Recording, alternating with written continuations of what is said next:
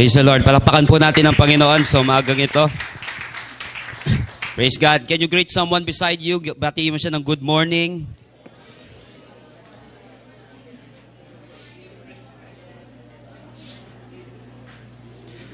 So praise the Lord. Welcome po sa ating panibagong series na may pinamagatang Superbook, Experiencing the Power of the Word of God. So lagi po natin nababasa ang ating mga Bible o kaya alam nyo po, sa 10 tao, 10 ang may Bible. Ulitin ko, sa 10 tao, siya may Bible. Whether Christian or non-Christian, meron silang Bible. Sa 10 tao. So, importante po na malaman natin kung bakit ganito. Bakit ganito ba ang Bible? Ano ba talaga ang Bible? Although hindi po lahat, hindi tayo mag-aaral ng bibliology dito. Talagang yung one of the branches of theology.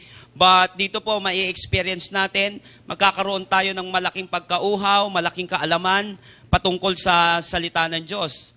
Lalo na po ang Pilipinas, tinawag nga tayong Christian nation o isang relihiyosong bansa. Pero a lot of people may Bible lang. Iba kasi yung may Bible ka, iba yung nababasa mo at nagbubulay-bulayan mo yung Bible. Iba yung may Bible ka sa bahay, iba naman yung nararanasan mo yung salita ng Panginoon. So hindi po basta-basta ganun. So excited po ako kasi nung pinagpipilian ko po, itong mga isi-share ko sa inyo sa loob ng isang buwan, talagang hindi ko siya matapos. Kumbaga, 2 buwan po yung series na ito, pero pipiliin ko na lang po kung ano po yung mas magandang pag-usapan natin. But, naniniwala po ako na nag-prepare ang Panginoon na napakagandang mensahe para po sa atin. So actually, as I start this, bigyan ko po kayo ng ilang overview. Ano ba talaga ang Bible? The Bible is actually a library of 66 books. Lagi po sinasabi sa mga estudyante ko, ang ibig sabihin ng Bible, libro din naman to, but this is a sacred book. The Bible is a sacred library. Is a library of sacred books. Hindi po basta-basta mga tao lamang. Although naniniwala po tayo na tao ang sumulat ng Bible, pero po ang overall writer ng Bible, walang iba kundi salita ng Diyos. A lot of people are discrediting Bible kasi nga po actually ang Bible po ay may 66 books. 66 lang po 'yan. Kung pag may nakita po kayong sobra, apokrypha po ang tawag doon, hindi po siya inspired. Next week baka yun ang pag-uusapan natin about that. Pag sinabing inspired, hindi talaga ang Panginoon ang sumulat nito. Inilagay lamang ito ng tao. Kasi yung apokrypha po, naisingit lamang yon noong panahon ng 400 silent years. Okay? Paliwanag ko lang sandali. Ang ibig sabihin po ng 400 silent years sa history, bago po dumating pagputok ng New Testament, before noon may 400 silent years. Ang 400 silent years, it means na hindi nagsalita ang Panginoon. Okay? Old Testament, BC from AD. Okay? From BC hanggang AD, Anno Domini. Bago dumating si Jesus Christ, bago siya naipanganak, yun yung 400 na years na yon, silent si Lord doon. Hindi nagsalita. Kaya nga, unang propeta na nagsalita, si John the Baptist, pag-preach niya ng ganun ng repentance, sa kingdom of God, nung nag-preach siya ng gano'n, yun na una nagsalita na ulit through the prophet. Kaya lang nung 400 silent years na yun, ang daming nagpanggap, ang daming gumawa ng libro na sinasabi nila na si Lord daw yung nagsalita. Paano may makikreate na Bible kung silent nga si Lord? Nung panahon na yun, doon po nangyari, doon po nailathala ang apokrypha nun. At inaamin naman po ng mga sumulat doon na hindi talaga siya inspired. Kung babasahin nyo po sa introduction niya. Okay? So, 66 lang po ang books talaga sa Bible. Yung mga apokrypha, yung mga Tobit, inamin naman ng mga sumulat doon na hindi siya inspired. 66 po ito. But written by 44 authors over a period of about 1,500 years. 44 authors, human authors. But kung babasahin po na next week, pag-uusapan natin po kasi ito, ang overall author ng Bible, kaya nga Word of God.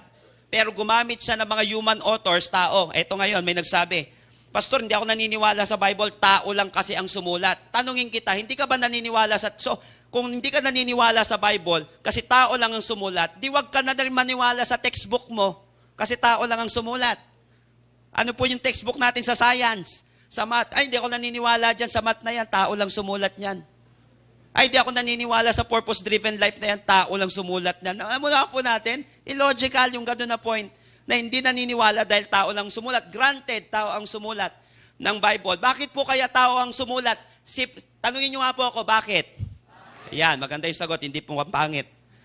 Okay? Bakit kaya tao ang hinayaan ng Panginoon na sumulat ito?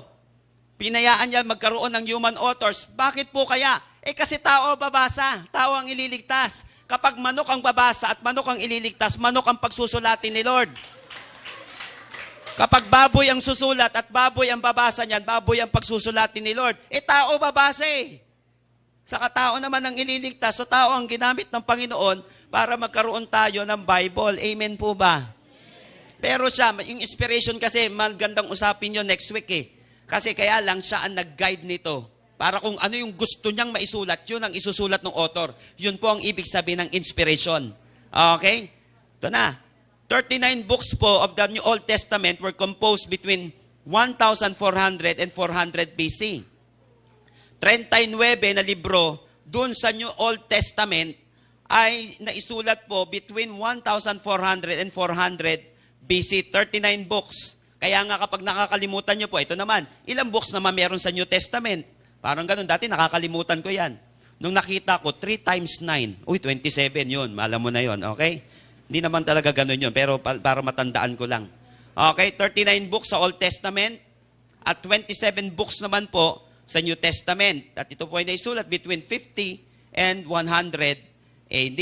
Ilan pong mga trivia? Sa Old Testament po, meron 39 books. Sa New Testament, meron 27 books. Complete Bible, 66 books. Ito pa maganda. Kalagitnaan pala ng Old Testament ang Proverbs. Kalagitnaan naman ng New Testament ang 2 Thessalonians. Okay? So, yun po. Next week, may mga iba pa tayong trivia ditong magaganda. Okay? Sabi po ni Daniel Rodosh sa kanyang The New Yorker, the familiar observation that the Bible is the best-selling book of all times obscures a more startling fact. Yung Bible po kasi, yan po ang best-selling book of all times. Wala nang tatalo dyan. Actually, sabi po niya sa The New Yorker, the Bible is the best-selling book of the year every year. The Bible is the best-selling book of the year every year, hindi yearly. Okay? Bigyan ko po kayo ng example. Nung naisulat po, nung nag-bestseller po ang Harry Potter, 1 taon, nag-bestseller ang Harry Potter. Siya may pinakamataas na benta. Wala pa rin tumalo sa Bible. Halimbawa, ang nailabas ng Harry Potter na libro ay 1 milyon. Ang Bible naman, ang naibenta niya naman, 2 milyon. Nung taon na yun na nag-bestseller yung Harry Potter. So wala talagang tumatapat sa Bible. Kahit na anong libro sa pagiging bestseller, ewan ko ba kahit hindi mananampalataya, bumibili talaga ng Bible. Anong meron dito sa Bible na ito? Actually, marami pong mga libro na kasama sa top 10. Kasama dito yung Quran, kasama dito yung kay Charles Dickens, A Tale of Two Cities, yung kay Dan Brown na libro na Da Vinci Code, at of course, yung Little Red Book ng China, ito yung pumapangalawa na bestseller of all time. Pero po, wala nang tatalo sa Bible. They estimate 800 to 900 million copies has been sold, yung nabenta. Kasi iba yung binibenta, iba yung binibigay. Kasi sa school, may mga binibigay na Bible, di ba? May mga pinabibigay. Yung nabenta. Actually, mga kapatid, mapapansin po natin na bakit ganito katindi ang salita ng Diyos. Bakit ba't pinipilahan? Bakit binibili? Bakit walang tumatalo sa salita ng Panginoon? The Bible is a big book. Tandaan po natin, napakatinding libro ito. Yes, there are some things very difficult to understand. Aminin po natin, may mga bagay na mahirap intindihin sa Bible, kaya nga may teacher. Kaya nga may tinatawag na fourfold ministry. Okay, merong apostles, merong prophet, merong evangelist, merong pastor, teacher. Okay?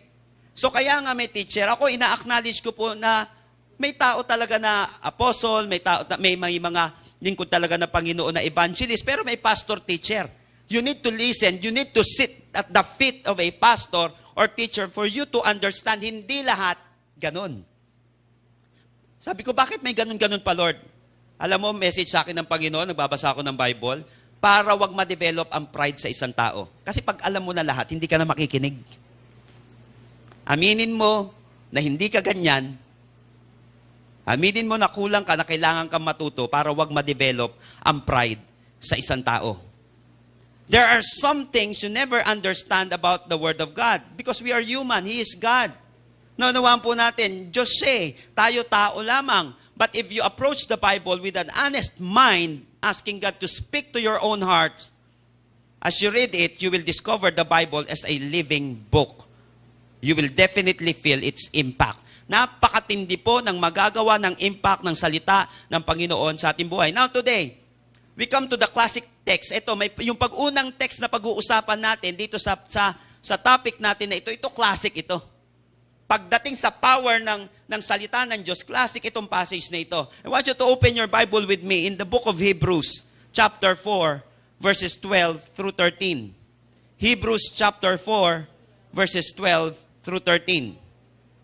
Okay, babasahin ko po siya sa the New King James Version. Hebrews chapter 4, verses 12 and 13. Tignan niyo po maigi. Palagi ko narinig niyo na ito. Thank you. For the word of God is living and powerful. Una pa lang yan. Okay, tignan niyo po maigi. For the word of God is living and powerful. By the way, baka kasi may mga napapanood kayo sa TV na kung saan pinaniniwalaan natin. Meron pong mga nagtuturo dyan sa TV na ang salita daw na ang Bible daw ay contain the Word of God. Hindi daw siya Word of God talaga. Ha? Sino nagsabi nun?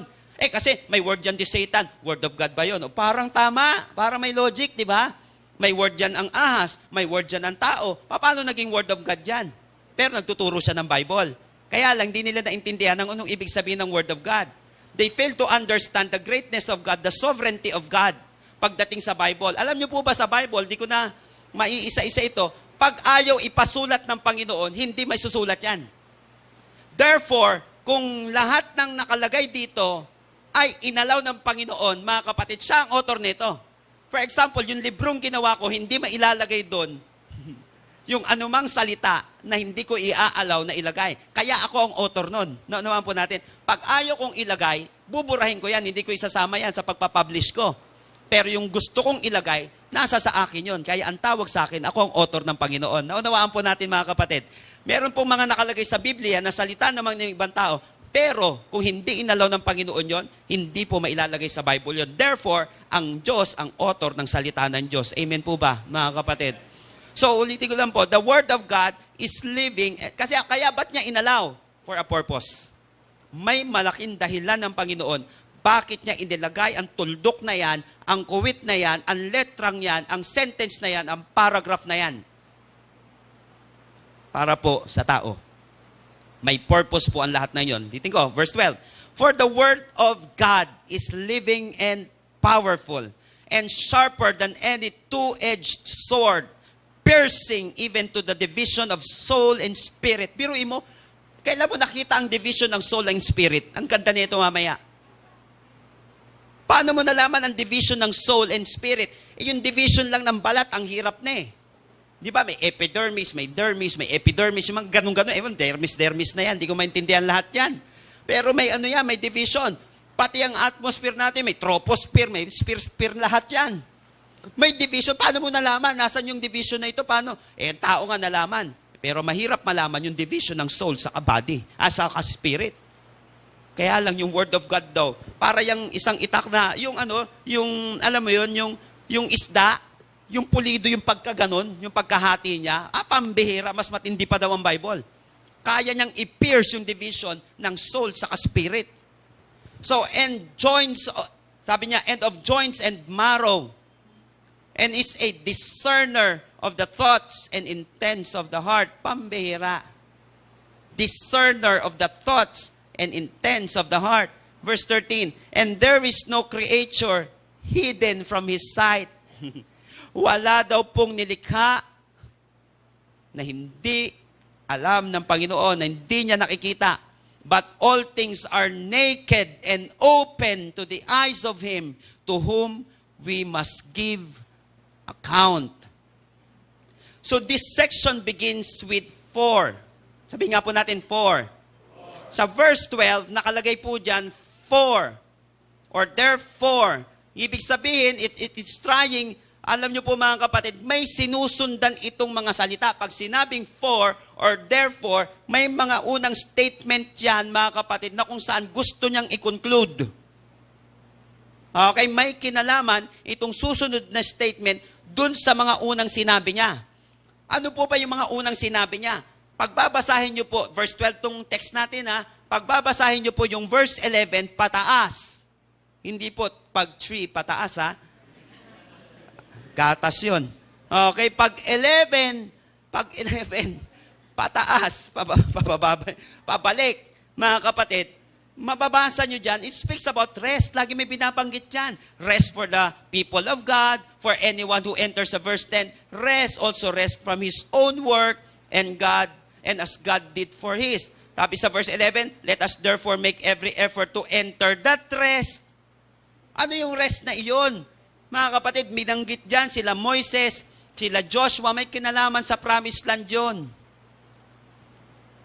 Nanawaan po natin na kung saan kinoconnect ito kay Jesus Christ. By the way, ang magandang tema ng Book of Hebrews, kung babasahin niyo po ng buong buo yan, simple lang ang tema ng Book of Hebrews, Jesus is better than anything. Jesus is better sa lahat ng tao, sa lahat ng bagay. Okay? So dito po sa passage na ito, sinasabi niya, rest. Promised land, si Jesus Christ. How to enter that rest? Paano mo mapapasok ang promised land mo? Paano mo mararanasan ang Diyos sa buhay mo?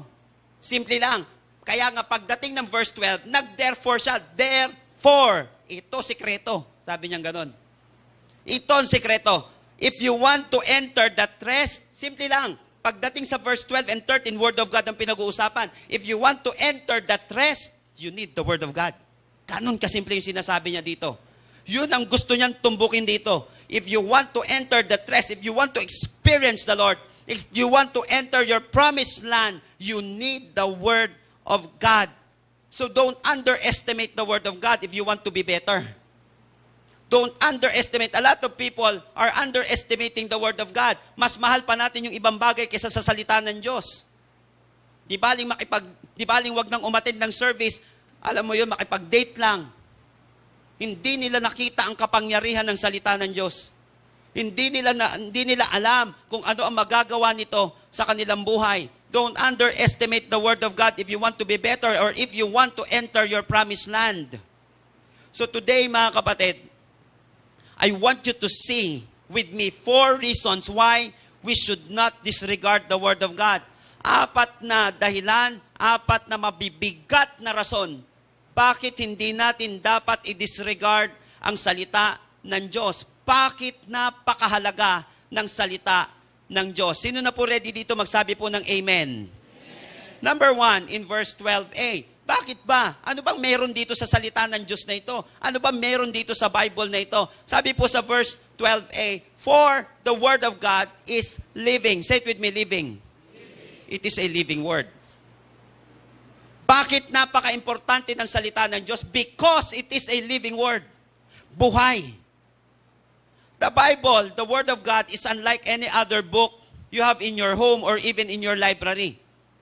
Yung USA Library of Congress po, mga kapatid, meron po yung 130 million items. 130 million na items na nakalagay dun sa library yun. Approximately 530 miles of bookshelves. Ang tindi. 530 miles of bookshelves. Yung sa may US Library of Congress collection of more than 29 million books and other printed materials, 2.7 recordings, 12 million photographs, 4.8 million maps, 58 million manuscript. Ang bangis. But all these volumes, among all these volumes, mga kapatid, the only one that can lay claims to being alive and powerful, isa lang, dun sa library yon. Ano po? Yung Bible. Bible lang ang nag-claim na buhay. Lahat po ng libro, milyon-milyong libro na doon, na nakalagay doon, isa lang ang nagsabing buhay siya. Walang iba, kundi ang salita ng Diyos. So, napaka-unique pala ng salita ng Diyos. The word living, in Greek word, ang ibig sabihin po niyan ay zon. Z-O-N. Ang ibig sabihin po ng zone na yan, ibig sabihin, the Word of God is zone. Ibig sabihin, living. The Word of God simply means no dead.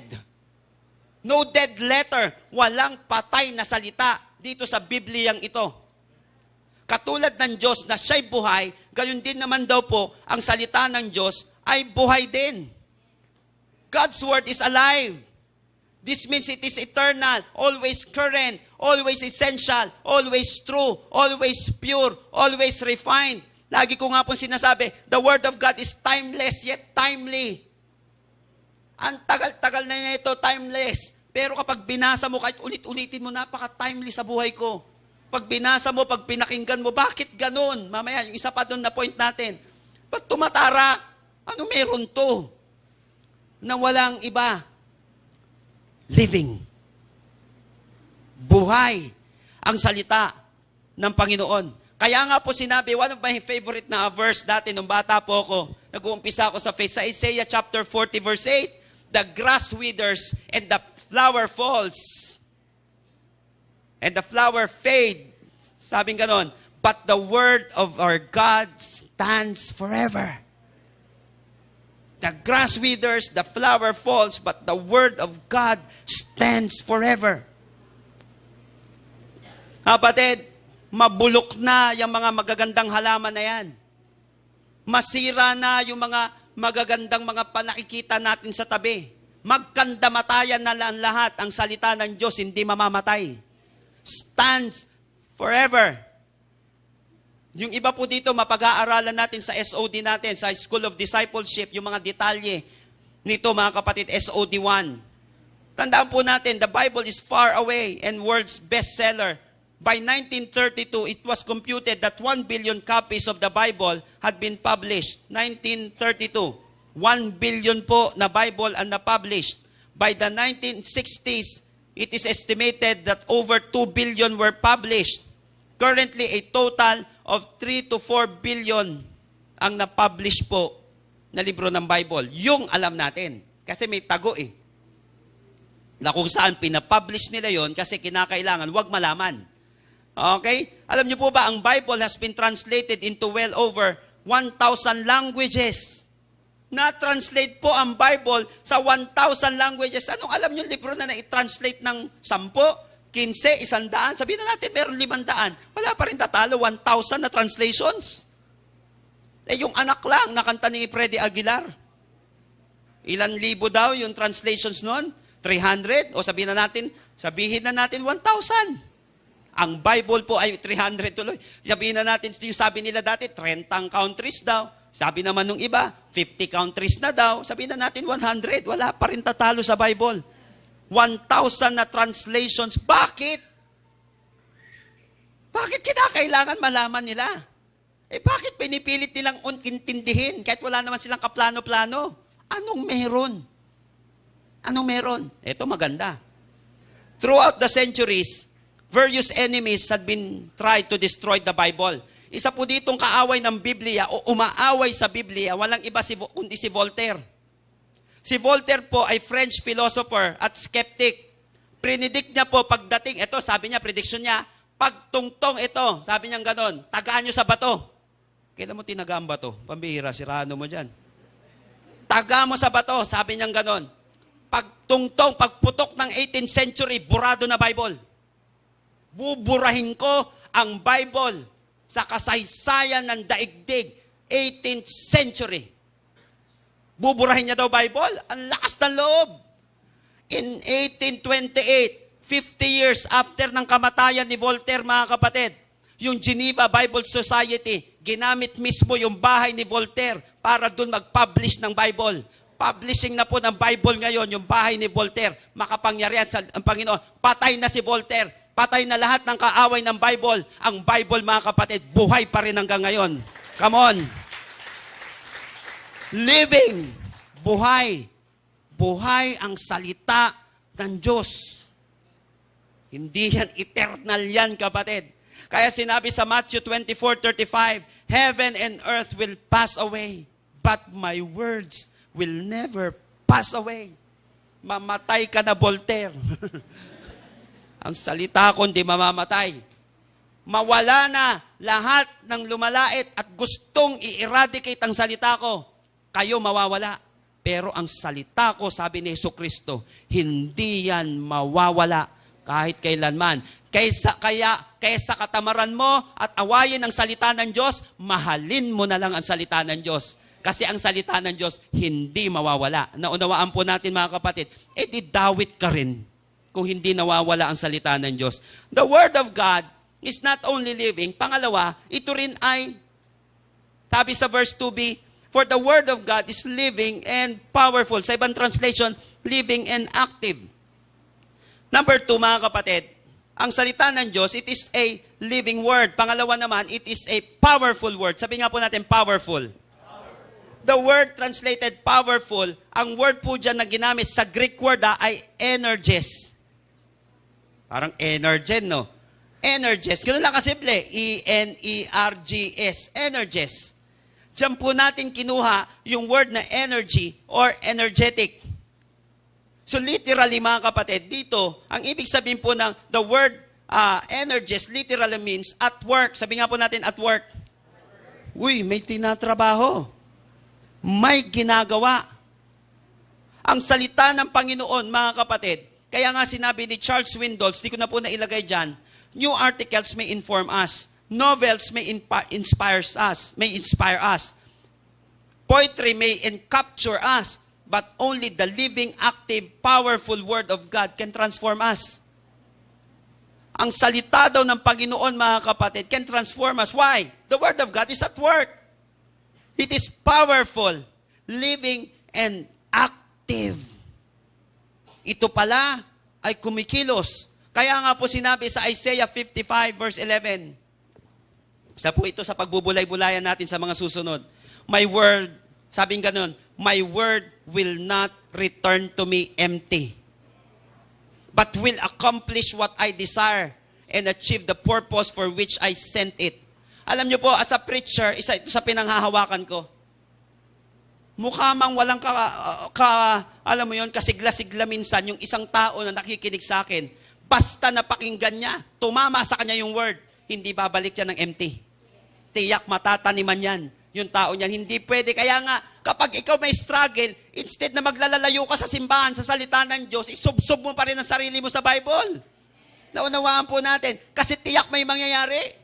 Ay, may struggle ako. Parang wala nababago sa buhay ko. Wala na nga nababago sa buhay mo. Layas ka pa ng layas sa church. Sa salita ng Panginoon. Kapag hirap na hirap ka, may struggle ka, lalo ka pang pumunta sa salita ng Diyos. Kasi tiyak yan, hindi babalik sa Panginoon niya ng empty. Ma-accomplish ng salita ng Diyos kung ano ang dapat niya ma-accomplish. Alam niyo po mga kapatid, marami nangyari sa buhay ko na ina-acknowledge ko dahil sa mga naitanim sa aking salita ng Diyos dati. Buti na lang nataliman ako ng salita ng Diyos. At importante ito mga kapatid, yung tanim, yung salita ng Panginoon. Di ba ang Word of God, seed din yan? Once na maitanim yan sa isang tao, maniwala ka kapatid, mukhang wala mang kwenta yung sinabi mo. Pero nabasa niya ito at napakinggan niya. Maybe ikaw walang kwenta, ako walang kwenta. Pero mayroong maniwala ka, ang salita ng Diyos lagi may kwenta to. Lagi may kwenta ang salita ng Diyos. So unlike any other book, the Bible is living and powerful. Ang ibig sabihin po ng powerful, the Word of God is effectual. Effectual, ibig sabihin may effect.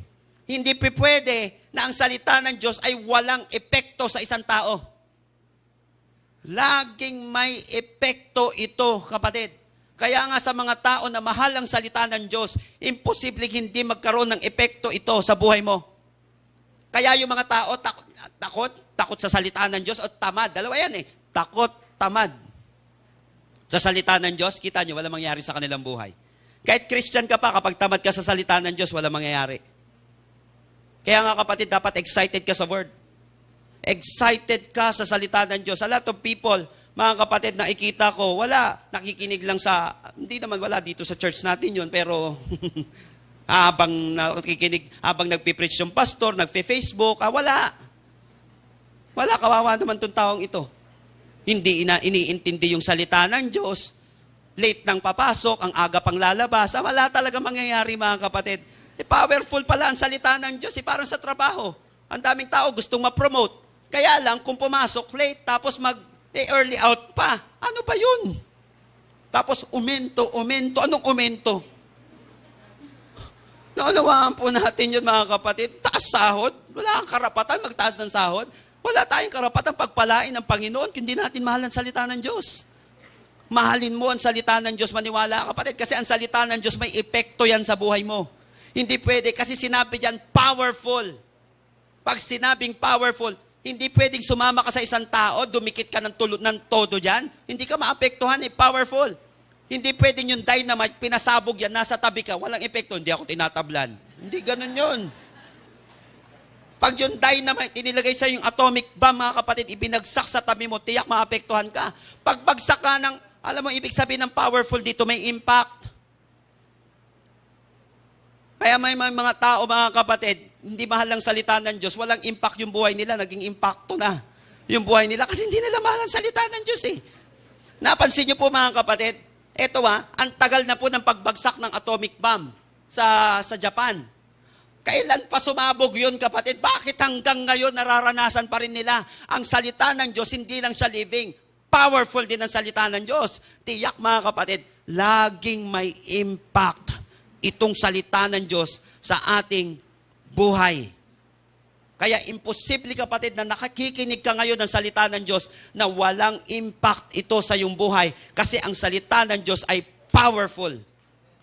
Makapangyarihan ka, makapangyarihan ng ibang tao, wala na, kapatid, titindi. At mas may kapangyarihan sa salita ng Diyos. Ang salita ng Diyos ay powerful. Sabihin po natin, powerful. Pangatlo, ito matindi sa C naman. Verse 12c. Sharper than any two or double-edged sword, piercing even to the divisions of soul and spirit and of joints and marrows, piercing. Ibig sabihin, mga kapatid, nagpipenetrate kahit na hindi kayang ipenetrate ng bala ng baril na yan. Kahit na hindi kayang ipenetrate, kapatid, ng pinakamatalim na itak mo. Ang salita ng Diyos daw, magpipenetrate. So, ang salita ng Diyos, it is a, number one, ano po? Living word. Pangalawa, ano po siya? Powerful word. Pangatlo po, it is a penetrating word. Nagpipenetrate daw ang salita ng Diyos. Di ba may nakain ka na sinasabi mo, pambihira, sumisiksik ka. Parang, ano daw, ang tawag doon? Parang gumuguhit. Yung lasinggero dito. Pastor, gumuguhit Guhitan ko yung lalamunan. Gumuguhit daw. Pastor, ang tindi ng guhit. Naunawaan po natin, mga kapatid, ganun din ang salita ng Diyos. Nagpe-penetrate siya. Ang salita ng Panginoon, mga kapatid, ay nagpe-penetrate. Yung sword na ginamit dito ay makarya. Makarya. Ibig sabihin, mga kapatid, ito yung Roman sword na kung saan mayroon dalawang talim. Napakatalim na itong Roman sword na ito, itong makaryang ito, na kung saan kaya mag-penetrate. Kahit na buto mo, mahahati na itong makaryang to. Ito yung word na ginamit dun sa sword, makarya. Kasi may mga itak po, mga kapatid, na hanggang balat lang ang kayang sugatan.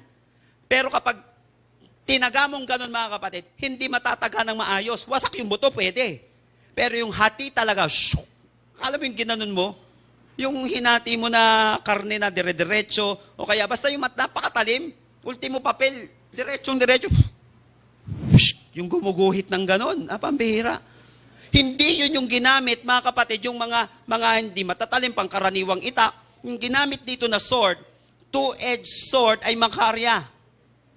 Lightweight po ito, but double-edged na sword. Deadly.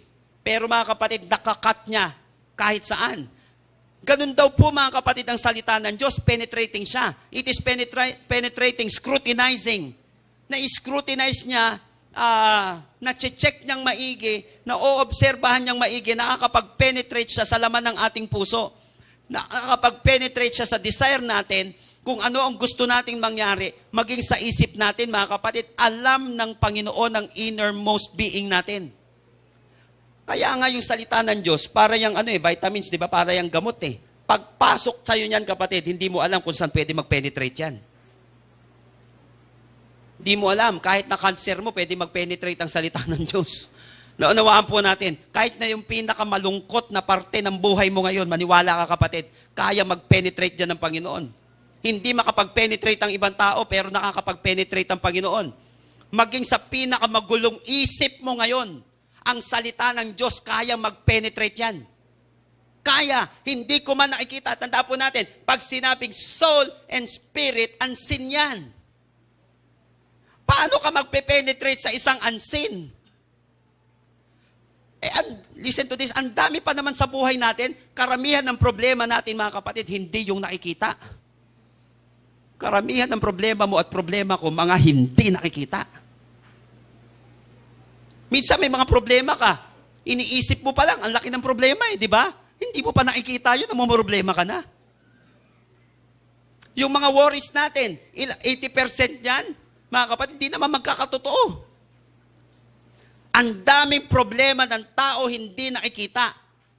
Paano magagamot ito? Paano mo matatalo ang hindi nakikita? Ano yung kita, kapatid? Paano mo mariresolve ang hindi nakikita? Pambira, may panlaban. Word of God. Kasi ang Word of God daw, nagpipierce yan, mga kapatid, nagpipenetrate yan. Saan? Sa spirit, sa soul. Hindi nakikita ito. Pero nagpe-penetrate ka. Mga kapatid, hindi ka man matulungan ng nanay at tatay mo sa problema mo. Hindi ka man matulungan ng best friend mo, o ng pastor mo, o ng leader mo, kapatid. Pero ang salita ng Diyos may magagawa sa'yo. Kasi nagpe-penetrate ito, mga kapatid, sa espiritu at sa kaluluwa ng isang tao. Makapangyarihan ang salita ng Diyos. Nagpe-penetrate ito, kapatid. Even to the division of soul and spirit. Pambira yan. And of joints and marrow. Sabi dito, the Word of God, bakit kailangan ito? Bakit napaka-importante nito, mga kapatid? Because it is a living Word. Buhay ito. Because it is a powerful Word. Pangatlo, because it is a penetrating Word. Itong pang-apat. Ganda na ito, mga kapatid. Verse 12d and 13. And is a discerner. Sabihin po natin, discerner. And is a discerner of the thoughts and intents of the hearts. Verse 13. And there is no creature hidden from His sight, but all things are naked and open to the eyes of Him to whom we must give an account. Number 4, mga kapatid, it is a discerning word. Discerning word. Ganda po nito, mga kapatid. Yung Greek word na discerning, discerner, ang ibig sabihin po niyan sa Greek ay kritikos. Alam nyo na agad. Saan nanggaling yun? Ano yung English na word nun? Discerner. Discernment. Kritikos. Critic. From this passage, mga kapatid, I want us to glean on 3 truths. Number 1, God sees everything. There is no escape. He's a discerner of the thoughts and intents of the heart. Nakikita daw ng Panginoon, mga kapatid, na di-discern, nakikita lahat ng Panginoon, there is no escape.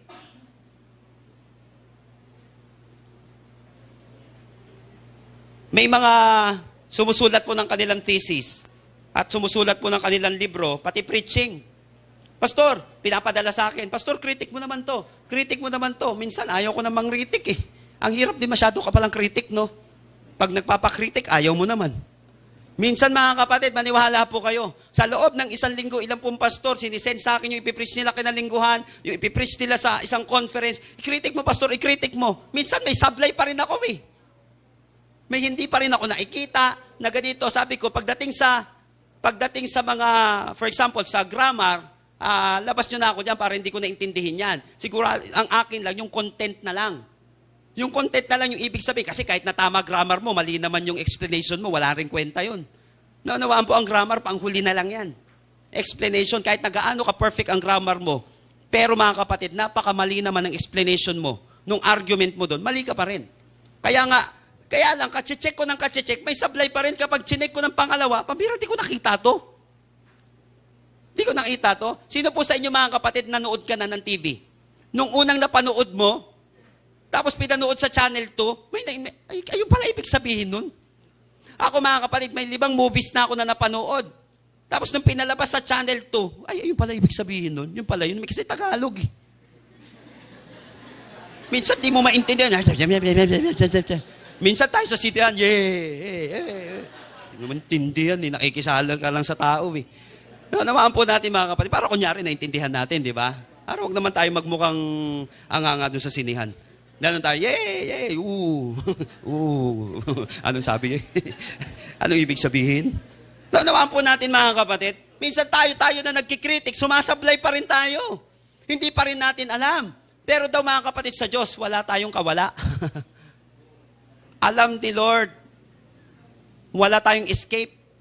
Makawala ka man sa asawa mo. Makawala ka man sa pastor mo at sa leader mo. God sees everything. There is no escape. Bakit ka takbo ng takbo? Bakit ka pa aalis kay Lord? Wala ka naman palang escape. Maganda pa, magpahuli ka na kay Lord. Para sa langit ang diretsyo natin, hindi sa impyerno. Naunawaan po natin mga kapatid. Kaya nga sinabi natin ng mga nakaraan, huwag ka nang pumalag. Kapapalag natin. Tapos na ang lahat. No escape. Walang lulusot sa Panginoon. Lumusot ka man sa teacher mo. Ay, pambihira maniwala kapatid. Sa amin, sa seminary, ang dami ko na nailusot na mali eh. Kapag nagdi-debate kami, kaya ko maglusot ng mali eh. Maniwala po kayo mga kapatid, nagmumukhang tama minsan eh. Sabi ko, mali naman talaga ito eh. Hinutusan lang ako ng teacher. Sabi, i-defend. Di-defend ko. Di ba yung mga abogado kahit mali? Hindi naman lahat. Dami kong kaibigan na abogado. Hanggang ngayon, ganun pa rin. Hindi, joke lang. Biruin mo, may mga kaibigan ako na panalo niya si Ampatuan. Hindi naman lahat siguro. Pero ang dami namang hindi talagang parang halata na ipapanalo nila ang kaso nila. Nanawaan po natin, ba't nakalusot yun? Ay, maniwala kapatid. Lumusot man tayo sa pinakamatinding judge. Lumusot man tayo sa pinakamatinding leader. Kay Lord, di tayo lulusot. Nanawaan, discerner of the thoughts and intents of the heart. Alam ni Lord kung tunay mo mahal yan taong yan, na nililigawan mo. Alam ni Lord kung talagang mahal mo yan. Alam ni Lord kung nag-iisa lang talaga yan. Taong yan. Alam ni Lord kung nanloloko ka o hindi. Alam ni Lord kung mahal mo siya o hindi. Wala kang lusot kay Lord. Sabi mo sa katabi mo, wala kang lusot. Kaya nga sabi sa iyo kapatid mas mahalin mo si Lord sa lahat Sa lahat si Lord mahalin mo kapatid. Kasangga mo ang langit. Kasangga mo ang langit. Wala kang dapat ika-stress. Kasi ang problema ngayon, nagmahal ka tapos wala kang tiwala. Pagtitiwala ka. Ngayon, pastor, di naman katiwa-tiwala, di hiwalayan mo habang di pa kayo kasal. Tsatsaga ka sa wala kang tiwala. Naunawaan po natin, tigil-tigilan mo na yan. Wala ka palang tiwala. Walang kwentang relationship yan. Walang kwenta yan. Wala kang tiwala. Kaya nga kapatid, pero kapag alam mo, kasangga mo ang langit, mababawasan ng konti ang stress mo. Lord, lumiko-liko ng konti ito. Kayo na po bahala sa kanya ha. Wala naman lulusot sa'yo, Lord Kayo na bahala sa kanya. O di tanggal ang stress. Kapatid, ang Diyos na may Kristo, mababawasan stress mo sa buhay. Matatanggal ang mga stress mo, mga agam-agam mo. Kasi pag marunong kang ipagkatiwala sa Lord ang lahat ng bagay, God sees everything. There is no escape. Pangalawa, God sees everything. There is no hiding. There is no hiding and there is no creature hidden from His sight. Uy, there is no creature. Kahit langgam, kahit fungi, kahit fungus. Walang lulusot kay Lord. Kahit kuto, kahit lisa. Walang lulusot sa Panginoon. And there is no creature hidden from His sight. But all things are naked and open to the eyes of Him. Mailusot mo man yung droga papunta ng Singapore. Pero matindi na dyan Papunta ng Hong Kong. Sige na, papunta ng Amerika. Mailusot mo man yung bombang yan, papasok ng White House. Kay Lord, wala kang ilulusot. Hindi lulusot yan. Yung mga argumento natin, argumento ko na mali, argumento mo na mali kay Lord, lumusot sa ibang tao yan, pero kay Lord, di lulusot yan. Maniwala ka kapatid. Hindi lulusot yan. Kaya suko ka na dapat kay Lord. Sumurrender ka na. Naunawaan po natin, ang pag-surrender sa Panginoon, mga kapatid, is not a sign of defeat, but rather it is a sign of victory. Sumurrender ka na. And there is no creature hidden from His sight, but all things are naked and open to the eyes of Him. Ang kagandahan nito, Alam ni Lord ang sitwasyon mo. Kaya kapag ikaw nagbasa ng salita ng Diyos, mga kapatid, mangungusap sa'yo si Lord, eksaktong-eksakto dun sa sitwasyon mo ngayon. Hindi ko alam, kapatid, kung ano ang nasa kaloob-looban mo ngayon bukod sa mga balon-balunan na meron tayo ngayon. Hindi ko yan alam, kapatid. Pero naniniwala ko meron tao ngayon dito, kinakausap ka na si Lord.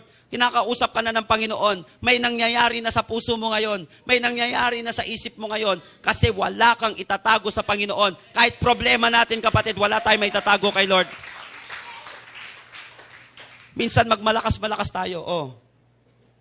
Honey, kumusta ka? Okay lang, okay lang.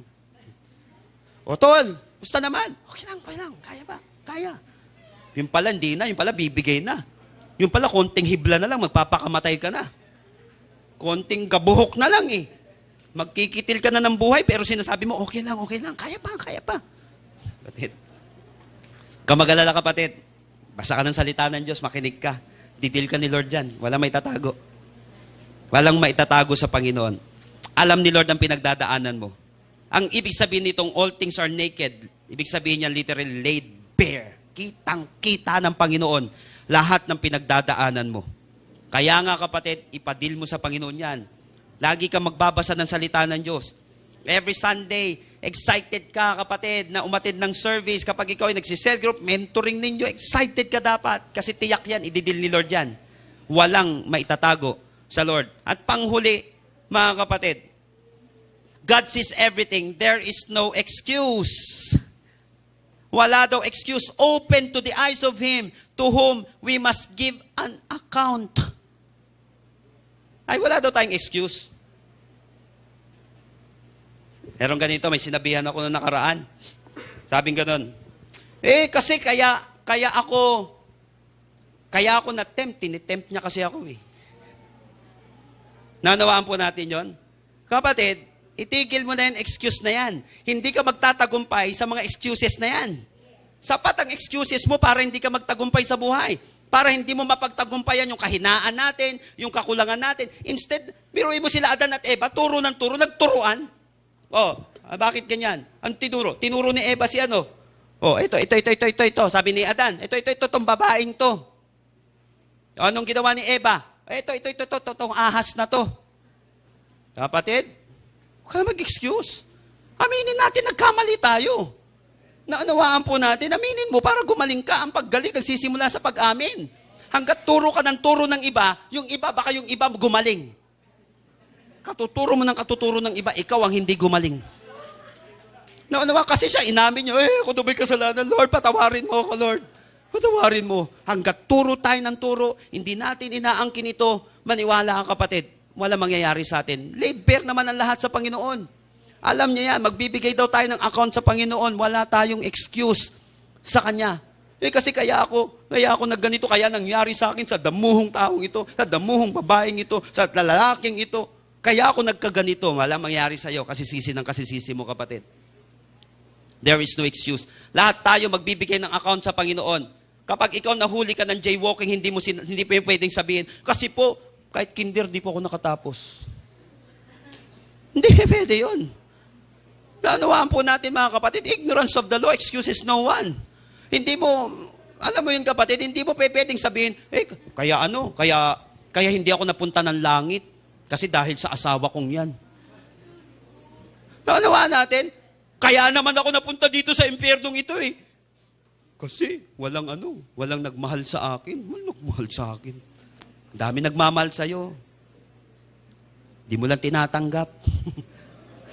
Di mo lang pinapahalagahan. Kasi minsan yung gusto mong pagmamahal, yung gusto mo lang. Ang pagmamahal, kapatid, whether gusto mo o hindi, maraming uri ng pagmamahal. Minsan may isang sermon na pagmamahal. May palo ng pagmamahal, kapatid. Kaya lang ang gusto mo puro kiss ng pagmamahal. Hindi pwedeng ganun. Sabi ng Book of Proverbs, mabuti pa daw ang pain na galing sa isang kaibigan kaysa halik ng isang kaaway. Naunawaan natin, mga kapatid, wala tayong excuse dyan. Wala kang pwedeng idahilan. Sabi mo sa katabi mo, wag na magdahilan. Wag na magdahilan. Yan ang gagawin sa atin ng salita ng Diyos. The Word of God is a discerner, a critic, a heart's inner workings, mga kapatid. Kaya kapag ikaw nagbabasa ka ng salita ng Diyos, napapansin mo, inaayos ng Panginoon. Inooperahan niya yung puso mo. Inaayos, the more na layo ka ng layo, the more, mga kapatid, na i-take for granted mo ang salita ng Diyos, the more naman na nasisira ang buhay natin. Nung may word, may nabuo eh. And God said, and there was, nung may word si Lord, may nabuo. Gusto mo mabuo buhay mo? Salita ng Diyos, kapatid. Kailangan natin ng salita ng Diyos. Sabi ni George Washington, unang-unang presidente ng pinakamakapangyarihan na bansa dati. Nung mahal pa nila yung Word of God. Nung hindi pa bawal ang Word of God sa school. Sabi ni George Washington, sa first president ng Amerika, it is impossible to govern a country without the Word of God. It is impossible to govern your family rightly without the Word of God. It is impossible to govern your business, to govern your life, to govern your school, to govern this nation without the Word of God. So help me God. Sabi nung iba. Kaya importante, mga kapatid, ang salita ng Diyos. Importante po siya. The Word of God. Number one, ano po yun, mga kapatid? Why? The Word of God is so important sa ating buhay. Number one, the Word of God is living Word. Pangalawa po, the Word of God is powerful Word. Pangatlo po, penetrating Word. And then pangatlo, discerning Word. Nadi-discern niya anong laman ng puso mo. Wala kang tatago kay Lord. Aminin mo na. Sabi sa katabi mo, aminin mo na. Aminin mo na. Natutuwa ako, mga kapatid, kasi tapos na pala yung life retreat natin. Nung one into, grabe, kapatid, ginawa ng Panginoon yung sa life retreat ng mga girls. Grabe, life-changing. May mga tao, yung mga babae, nagpa-abort ng ilang beses, pero nakaranas siya ng kapatawaran ng Panginoon, mga walang kwentang buhay, yung mga pakunwari lang na may okay ang buhay nila, na inayos ng Panginoon. Puro girls lang yon. Sa life retreat nga ng boys, may sumamang babae, hindi kinaya, lumabas eh. Siyempre, pasok-pasok. Sunod kasi, wag na papasok. Okay, hindi nahirap kayanin eh, minsan eh. Alam mo, may mga boys talk lang din eh, na kami nagkakaintindihan na hindi kaya ng iba eh. Okay? Pero alam niyo po, mga kapatid, excited ako sa nangyari. Puro tatay to ah. Ang daming pastor na katatayan, matindi ito, mga dinidisciple kong pastor, mga bagong disciple ko po mga pastor sa ibang church. Nakaupo sila dito, mga matatagal ng Kristiyano, yung iba bago. Alam niyo po, mga kapatid, ang sarap pala makarinig na yung mga iyak ng tatay. Yung ang tatapang ng iyak eh. Sabi ko, pambira. Pagdating kay Lord, ibang klase pala itong mga ito. Ibang klase, sabi ko, pambira. Yan ang senyalis ng tunay na matapang. Marunong umamin. Marunong tumanggap ng kanyang pagkakamali. Marunong magpakumbaba sa harapan ng Panginoon. Yan ang tunay na lalaki. Yan ang tunay na lalaki. Pambihira, mga kapatid. Ibang klase. Umamin lang eh. Kailangan lang umamin sa sarili, umarap sa Panginoon, magpakumbaba sa Panginoon. Grabe, mga kapatid. Kaya may isa pa po tayong life retreat sa October, okay? Abangan po natin yung iba. Isang araw lang naman. Halos tayo lang may ganyang program na ginagawa. Praise the Lord. Let me conclude by sharing something written by many years ago by Samuel Chadwick. Si Samuel Chadwick po, mga kapatid, ito yung pinaka-matindi, pinakasikat na preacher at educator nung kapanahunan nila. He's a Methodist preacher and educator.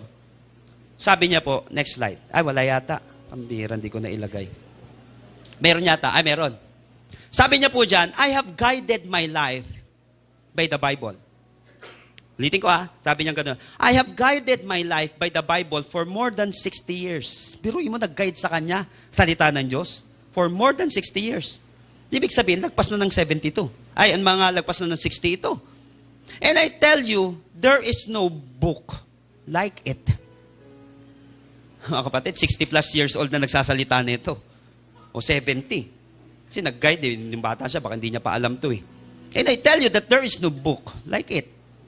It is a miracle of literature, a perennial spring of wisdom, a wonder of surprises, a revelation of mystery, an infallible guide of conduct, and an unshakable source of comfort. Next slide. Pay no attention. Ito, ang ganda sinabi niya. Pay no attention to people who discredit it. For I tell you that they will speak without knowledge. It is the word of God itself. Study it according to its own direction. Live by its principles. Believe its message. Follow its precepts. No man, kanda, no man is uneducated who knows the Bible. And no one is wise who is ignorant of its teaching. Hindi ka man nakapag-doctorate. Hindi ka man kasintalino sa ibang larangan ng ibang tao. But hindi ka bobo. Kapag karga mo ang salitang ito ng Panginoon sa iyong buhay.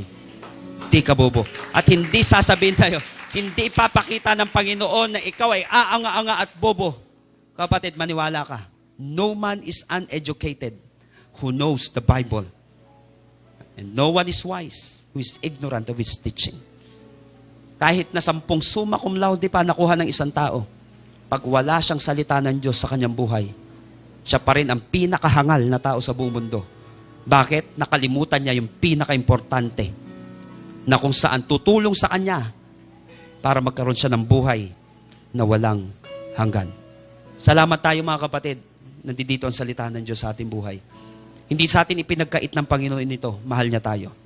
Mahal tayo ng Panginoon. Palapakan po natin ng Panginoon sa magang ito. Tayo po tayong lahat.